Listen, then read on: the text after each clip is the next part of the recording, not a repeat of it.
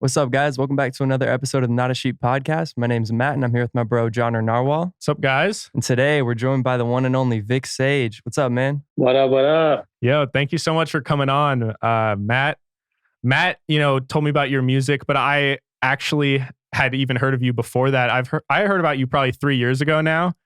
Really? It's That's been a crazy. while. I found you on some random, I don't know if it was a random YouTube channel or if I stumbled across one of your music videos or something, but it's been really cool to just finally get to talk to you because we've both been listening to you for a while now. Yeah. How did you find his music? So I found your stuff back when you and Adrian Stresso did a song in 2018, I think. And so ever since then, I think I just followed you and kept up with all the stuff you've dropped since then. Heck yeah. That's why features are the way to go. You can get introduced to a whole new audience. So Yeah, I think a definitely. lot of people found me from that Adrian song. It was dope. Yeah. How have, doing features with all these different artists, because you've had a bunch of really cool features. You've had one with Futuristic, which I know that song did pretty well, right? Yeah, that's my biggest song today. Yep. Yeah. That's So dope. how have, for you, do you feel like features has really been a huge thing in your growth as a artist and growing your fan base? Oh yeah. Yeah. Features are huge. Just with Spotify specifically, if you can land at least a feature and pitch it and maybe get the other artist to do some sort of marketing or whatever, it'll typically get pushed to all of their followers on Spotify, which is a huge plus because, if you have a couple thousand followers and the guy you're featuring has even a few hundred, it's a huge difference and you'll get to way more ears. So I think features are definitely the way to go. Main artist is even better. If you can get somebody actually agree to be a main artist instead of a feature, that's just a massive, massive jump. But both are super helpful and they've helped me out a ton. So Yeah, man. That's what's up.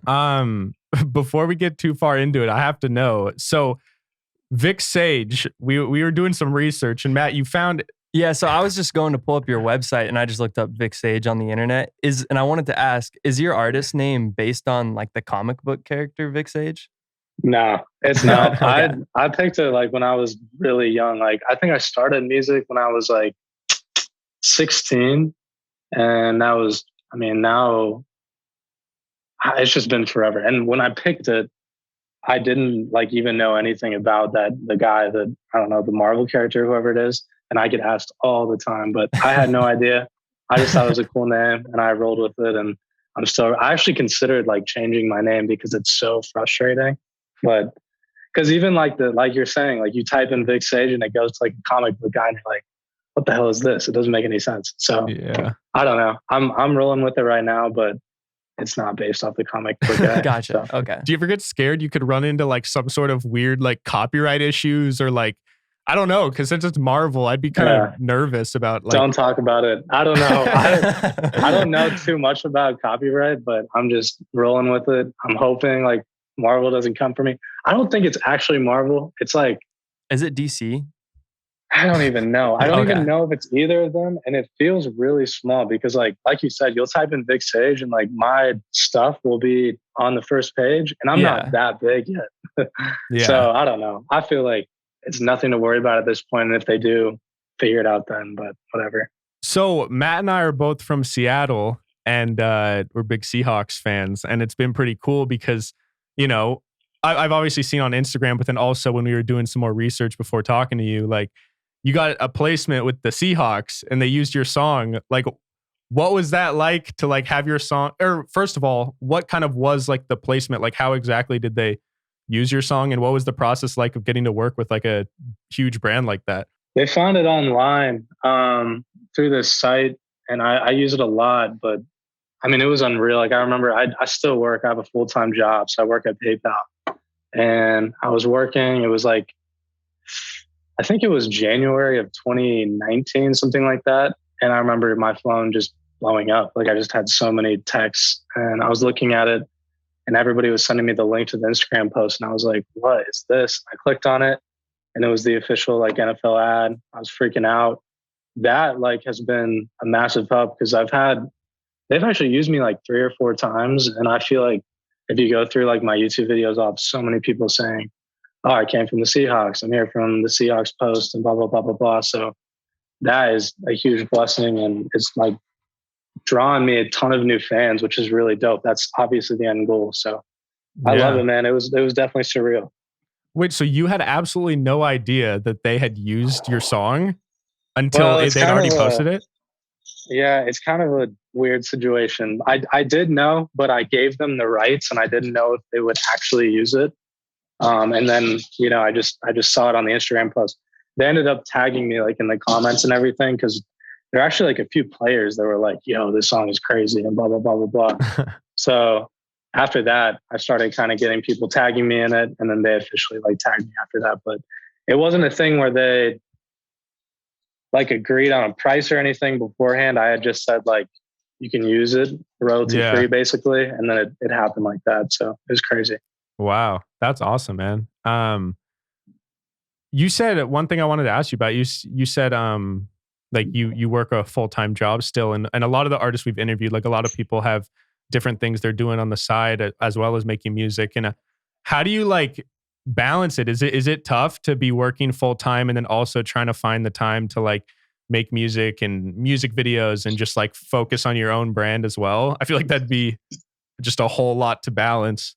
Yeah, no, it's a challenge. It can be really challenging.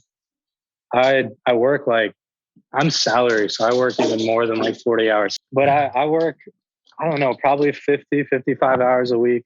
And now it's even a little bit crazier because of Corona and stuff. Like I'm constantly just chilling in the studio, and like it's very tempting to just work on music the entire day. But I at this point, I've done a pretty good job, I think. I actually am still going to school too. So I have like a ton of stuff. Oh my God. Plate. Yeah, it's pretty nuts. It's pretty nuts. What are you studying right now? So my job is I'm a compliance investigator for PayPal. Okay. And then my degree is criminal justice. So it's all like crime based basically. But and for you, what's the biggest dream? Like, is it something where do you always want to do both, like music as well as pursue a career outside of music, or no? No, I definitely want to do music. Yeah. I mean, I've had a couple of times where like I quit for a brief moment and like put everything into music, but there's been a lot of moving pieces. I just bought a house here in Omaha. So I want like something that's really steady. And music, like you can have really good months and then you can have months where you're not getting as many streams. And especially with Corona, it's just a lot more difficult to predict like how much money you're going to make per month. So I need something a little bit more stable for the house, but I'm really hoping that like eventually, like maybe late this year, early next year, I can go full music and we'll just see what happens. But yeah, that's cool. On our other episode, when we talked to Adrian Stresso, he actually said that he enjoys having like a job outside of music because like during the times when he's all in with music, he gets to a point where he starts to feel like, I don't know, like you have too much time on your hands and like you're not giving it your all with that little free time you have. And so he kind of enjoys that like balance. And I wonder if that kind of helps in a way, because sometimes artists don't feel as inspired unless they're out like living a life, like a normal life. Yeah, 100%. No, there's definitely like a thing of if you have too much free time, you get like a little bit overwhelmed. And I have like, I work Tuesday through Friday, like 4 10-hour shifts. Basically, I work a little bit longer than that, but that means like the weekends and Monday, it's like go time. And I know that like I'm working basically full time in the studio those days. I work a lot like after 5, and that gives me like a perfect time window of like, all right, 5 o'clock rolls around, you are like going as hard as you can. So it's really dope. I make a ton of music, and I think the job like that's a great insight that Adrian said. I think it does like really help to, just balance it out. So yeah. Speaking of like, you said you've been working on it. You work on a ton of music. 2020 was your first year in the last 3 years? Yeah. Are you talking about the? Yeah. Well, 2020 was the first time you haven't had a full length project come out in a few years, right? Yeah. That was weird. I wanted to ask you just about, 2020, like how did COVID affect your music or what your plans are, or like, I don't know, where are you at right now musically, do you feel like, just in your career? Yeah, no, that's a good question. I didn't drop a project basically because I had like a ton of high profile like singles with features coming out. And I wanted the emphasis to be on those. I had like Mike Stud on one, I had Bori on one, I had Nestle on one, Cam Meekins. So I wanted the focus to be on those. And I originally kind of thought of like putting all of them into an album, but I really like having like albums be specific bodies of work that people can digest. And I think like I do a pretty good job of like having transitions in all my albums and telling a story and having a vibe throughout it. So I wanted to save that for like a better time when I can put like more energy into not singles. But I mean, I know you guys have heard this, but singles are just the way to go. Like there's nothing like it, especially when you have, I have a really small fan base, and it just doesn't make any sense to drop like a 10-15 song project and people listen to one or two songs. They tell you good job, and then they ask for another like single or album like a week later. Like it's just not worth it. So yeah, at this point, singles are definitely the way to go. Spotify like really lines it up nice for you. And like if you're really consistent, you can build like a super solid fan base just based off like Release Radar and Discover Weekly. So I've just been trying to tap in both of those and do what I can. yeah, for sure. That's super cool. What do you feel like for you? Like, what is kind of the foundation of your inspiration with your music? Like, what, on those weekends when you're just in the studio after like a long week, what is the type of stuff that really makes you want to make music? Like, what do you feel like is the foundation of why you got into music and why you like keep making it and love it so much? I don't know, man. I just really I do love it. It's like there's something to say about like getting like seeing the growth numbers wise and like audience wise. It's really cool to be able to like actually visually see like your numbers growing. It's kind of addicting in a way. So I think that's one of the main things is just like having a goal. And I like am a big like I write down all my goals and make all these lists and try and say like 2020 and 2021 I want to have X number of followers and X number of uh streams and blah blah blah blah blah. So Yeah.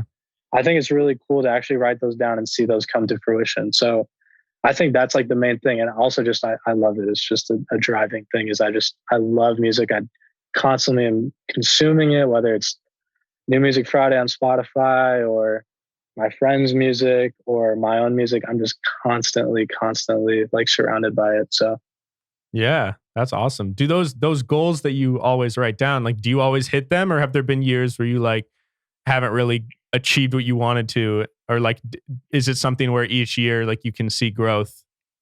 yeah, no, I never hit the goals. Like last year, I think I said like I was trying to have like 100,000 subscribers on YouTube.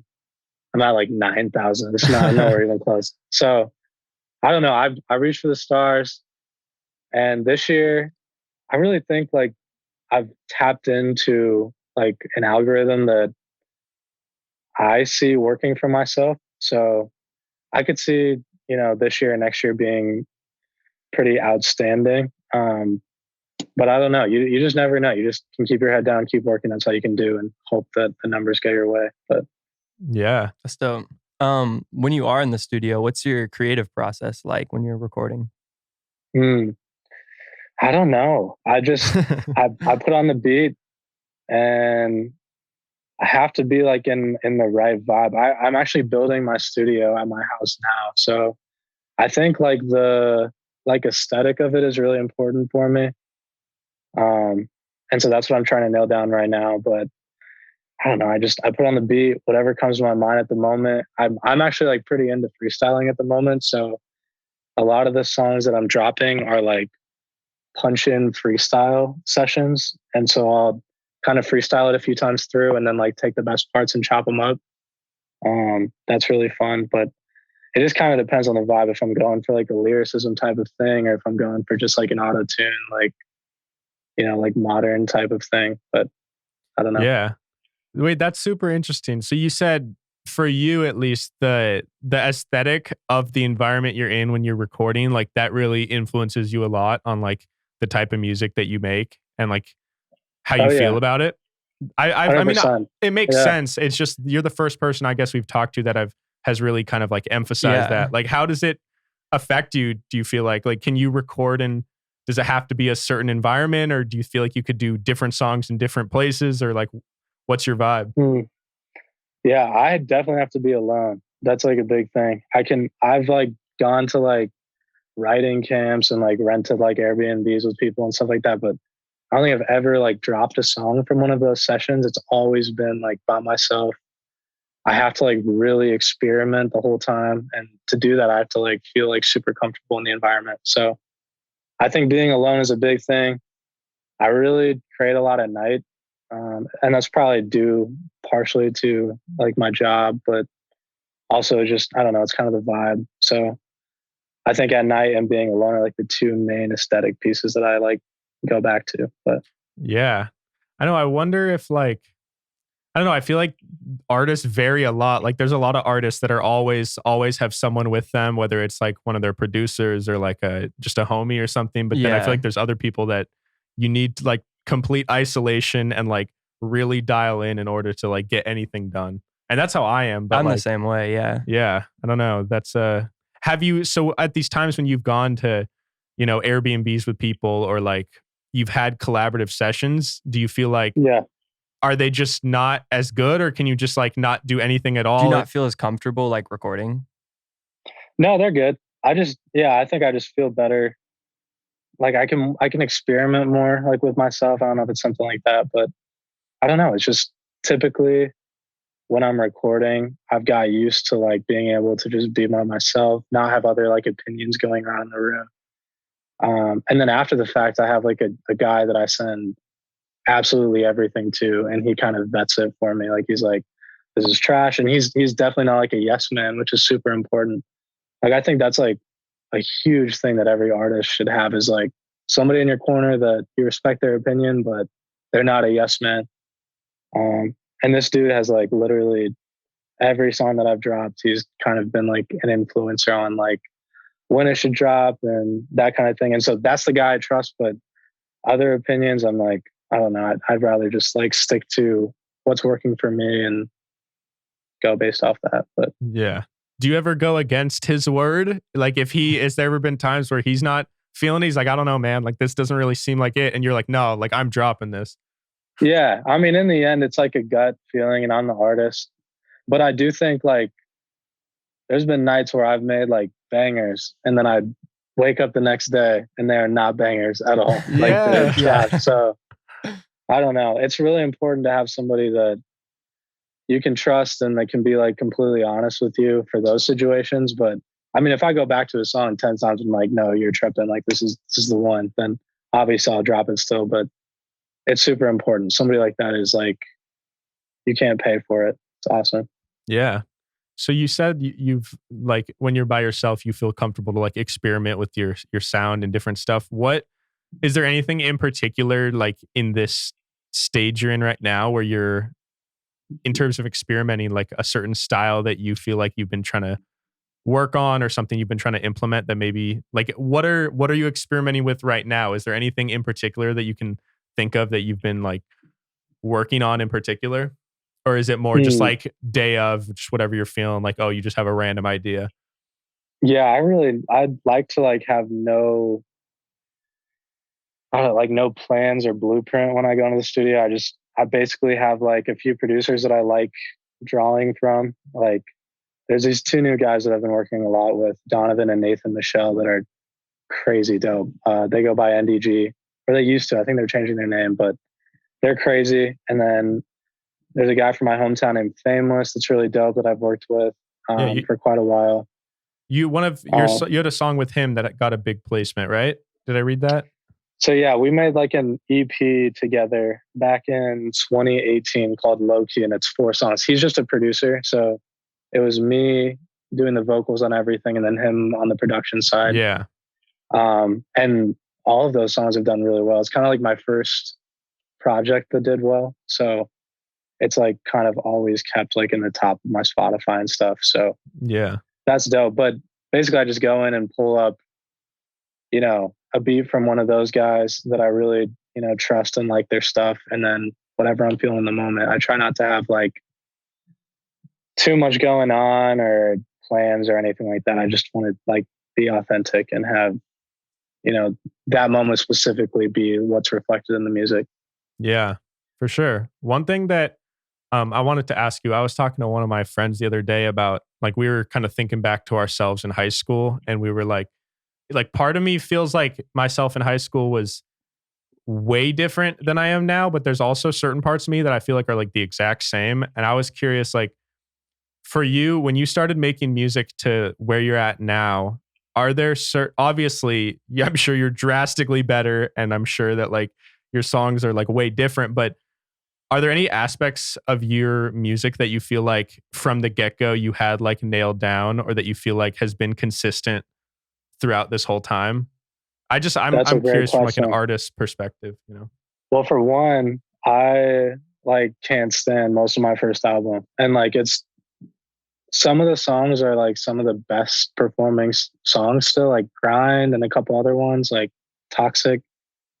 They're very like high up, and I feel like I like just butchered that whole album. So I think that's like one thing is like if you allow yourself to, I think you'll always think like that. And there's people that I know that suffer from that. Like they'll constantly be like uploading stuff and then taking it down and removing it completely. But like you have stuff nailed down from the past that you're good at, and there's always things you're going to be improving on. But like it's dope to see the growth. Because I think Yeah. in 2017, like although the album I feel like is trash now, like it got me to where I am now. It's like built a fan base for me in some ways.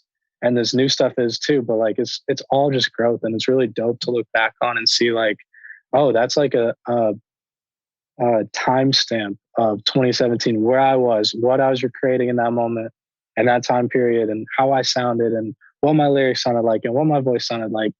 It's all dope. I think like if you're taking those things down and like being embarrassed of them, we all can, but like you're losing a piece of it at that point too, because you can learn a lot from it, and other people are still going to like it. So Yeah.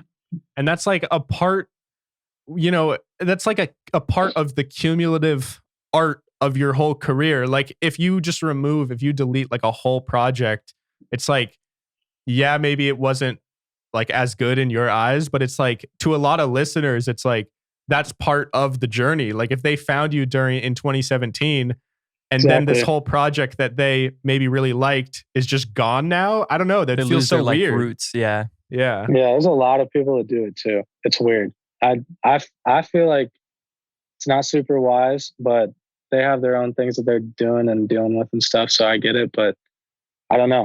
I really like seeing the growth, and there's songs that are like objectively trash that I still like. Like I'll look back on and be like, oh, I used to love this song in high school, and now I listen to it, I'm like, it's so bad. But you know, like it's still like the time, like the reminiscing and the vibe that it brings and all this stuff.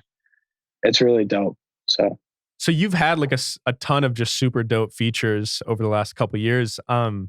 Is there one in particular that a feature you haven't done? Like, what's your dream collab, I guess? And also out of the ones you have done, who's just been like some artist that not necessarily even your favorite, but just who's an artist that you really have liked working with in the past?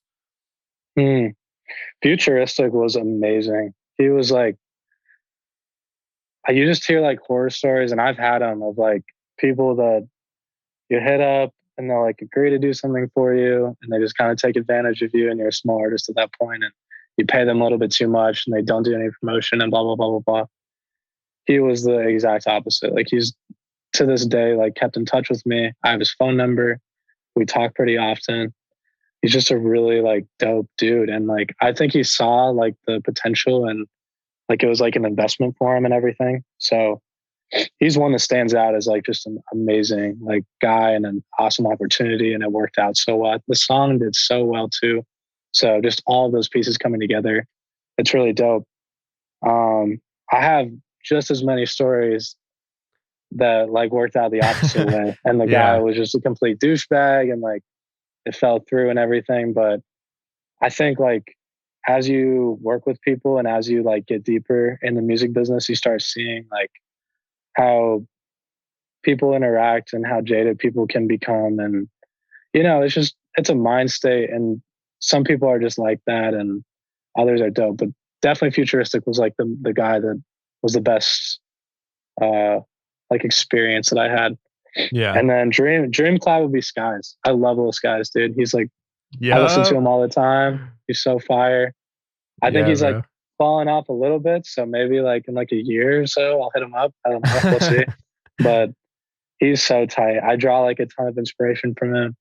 And I think he's like, people like have a lot of stuff to say about him. And he's not like an incredible lyricist or anything, but I think he's so unique and he knows how to use his voice so well. And he's just so dope. So I love Skies. Yeah, man. I found Lil Skies a few years ago from, I don't know if you've seen his Red Roses video with Cole Bennett. Of course. But bro, like, I don't know. I've ever since I found that, I've been a huge fan. And I just feel like he's one of those artists that I see a lot of people just like criticize or like not really give him a chance. And I don't really know why.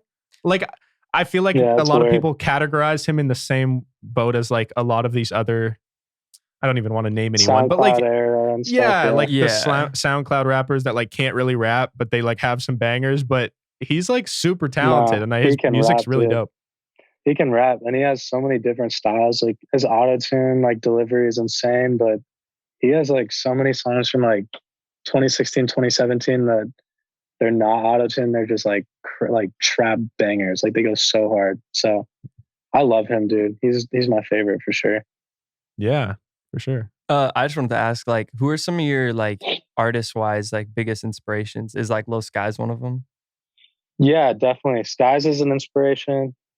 I get inspired by so many different people. Like I'll go like re-listen to like Big Kid, Mad City, and I'll get super inspired by that and be like, oh, I need to come up with like a concept album and all this stuff. Or then I'll listen to 2014 Forest Hills Drive and I'll get inspired by like the melodies that he has. And I don't know, I'm constantly inspired by different things and I like can't put my finger on it. I think that's a good thing because I'll just make playlists all the time of like new music that I've found and I'll name it like inspiration 1, inspiration 2. And then when I'm not feeling inspired, I'll go in my car, turn that on, and it's always something new. So I'm constantly inspired by different people. And I think that's like a healthy thing for sure. Yeah.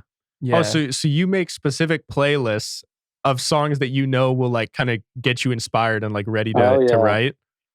Yeah, it's dope. Like that's one of my main things is like, if I'm not feeling it, I have like a few songs that week or that month that like I know once I put them on, I'm like, I'm ready to go. Like I got to go back in the studio. So Ty James has been one of those too. I don't know if you guys know Ty James. He's been on a song with me, but the guy is a monster. He's so fire. Every song he drops is insane, and he's super inspiring to me. So I have a ton of him on that playlist. But I'll have to check him out. Yeah. That's super cool. Is there one song like? What's just your one song if you're just trying to pick like a song that you know is just gonna like put you in your feels or like just get you like want to just like do cool shit and like make something dope? Is there just like one song that stands out? Dude, I don't know. That's a good question. It's just always changing. I really like one that I always go back to is Lust by Lil Skies. I think that song's so hard. Yeah. And like just the vibe of it is really dope. And like every time I listen to it, I think of like all these different like melodies that he's using, all these different patterns and flows that he's doing. And like the like changes from the hook to the verse are just so dope. So just stuff like that really like makes me want to create more and like get better. So yeah, that's cool. And then another thing I wanted to ask you is like, you've been at this for like a little while now, and a lot of the guys we interview are like independent artists, and you're independent, right? You're independent. Is that right? Okay. Yes, now I wanted to just get like, your take on like your career this far. Like, what is the journey been like for you, just kind of like as a whole, and how do you is there any like advice or tips or something you wish you knew going in, or like something that you would say to like an upcoming artist who's just trying to like find their way? Yeah, I mean, I'd say like make a song every single day. Like I think that's not like too much to ask. That's something that I've been doing like for the last couple of years, like trying to almost every single day make a song. And like if you really want it, that's something that is like easily attainable.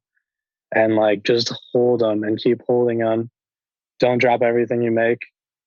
Have like somebody in your corner that's a yes man or that's not a yes man. I can tell you like this song's dope, this song's not. And then like the biggest thing for me is I think I spend like maybe 25% of my time making music and like 75% is the business side of it. Like it's so important.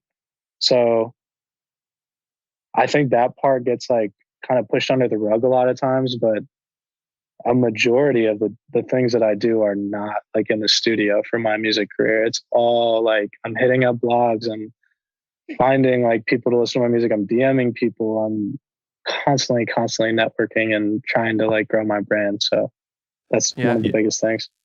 Yeah. Definitely. That's some game right there. That's really interesting that you mentioned that because Matt, you actually put a screenshot in the Google Doc. Oh, yeah. I just, it fits perfectly. So I'll just read it. It's a comment on YouTube comment. And it says, not marketing your music is like playing Call of Duty, but not using any kill streaks because you want organic kills. Like work smarter, not harder. So like, yeah, 100%. And like, I mean, there is something to be said about growing. Like, my fan base is definitely organic. Like, I haven't paid for anything, and like most of my things come from people seeing me on like videos or, you know, and I don't know, word of mouth and everything. So it's organic, but like, there's a lot of things that people just don't do because they are lazy or they'd rather be like making music and doing whatever, which is cute, but like, that will never get you where you want to go. Like it's 75% of it is like pushing your dope music somewhere, and 25% of it is making that dope music. So, yeah, I think people have this perception of like you don't need to pay for stuff, but it's like think about any other thing outside of music. Like you have to pay people to do work. Like there's nothing wrong with like paying someone to be on a song with you. Like you're paying them for their service. Yeah. No, 100%. I've paid a lot of money for things that have really like helped my career advance, and it's a no-brainer for me. Like every dollar I get, I pour right back in. Last year, it was literally like to the T when I did my taxes. It was every dollar like was poured directly back into it, whether it was marketing or Facebook ads or whatever. Like there's just so many things that you can do to like push your career to the next level as long as you have the resources. So, well, hey man, I know you got to get going in just a couple minutes here. So we're going to kind of wrap it up, but thank you so much for hopping on the podcast and just kind of talking for a little bit about your journey. And I mean, it's been cool because we've both known about your music for a few years now. That's dope. I appreciate you guys listening, bro. That's dope. Yeah, man. And, you know, for the people who are listening to the podcast right now who maybe haven't heard of your music, where can they follow you on social media and check out all your stuff? Yeah, I have Vic Sage Music on everything. And then Spotify is just Vic Sage or Apple Music or whatever you use. So yeah, I hope people can dive into it, and I try to answer like all the DMs I get. So feel free to DM me at any point and I'll try and get back to you. But I appreciate the opportunity, guys. Yeah, that's super cool. Is there any upcoming singles on the horizon, like any dates, or is it all just, are you still just kind of plotting? Anything you can announce? Yeah. You wanna Not a Sheep exclusive right now? A drop? Yes. Premiere. Yes. I haven't announced it yet, but I'm dropping a song with J-Zack next Friday. Let's go. We had J-Zack on the pod a couple months ago. That's dope. Super dope. No, he's such a dope dude. Yeah, like he's another guy that was just an awesome opportunity and like experience to work with him. But yeah, so that's coming next Friday. And I have a pretty big single like every month with either like a big feature or just like a really like crazy banger every month. So I'm excited. Yeah. That's what's up. Wait, so you said next Friday, but so that means when this episode comes out, this is coming out on Monday. So like this Friday, basically. That's right. Let's go. This Friday. Yeah. All right. Yes, That's sir. sweet, man. Well, Heck yeah. thanks again. This was super cool. And hopefully, you know, maybe sometime year from now or later down the road, we could have you on again and talk a little let's more. do it. Anytime. Hit me up. Sweet. For sure. Matt, where can the people follow you? You can follow me on Instagram and Twitter at @TheMattMog. And you also have a song coming out on Friday. I do. So check them both out. You guys can follow me at Hey Narwhal on Instagram, Twitter, and TikTok. You can also check out our other podcast called Peak to Middle School with me and my buddy Kyle. And if you guys have any recommendations for underground artists or artists that you think deserve some more recognition, let us know and we'd love to interview them. But once again, thank you, Vic, and we'll see you guys next week. Peace. Peace, y'all.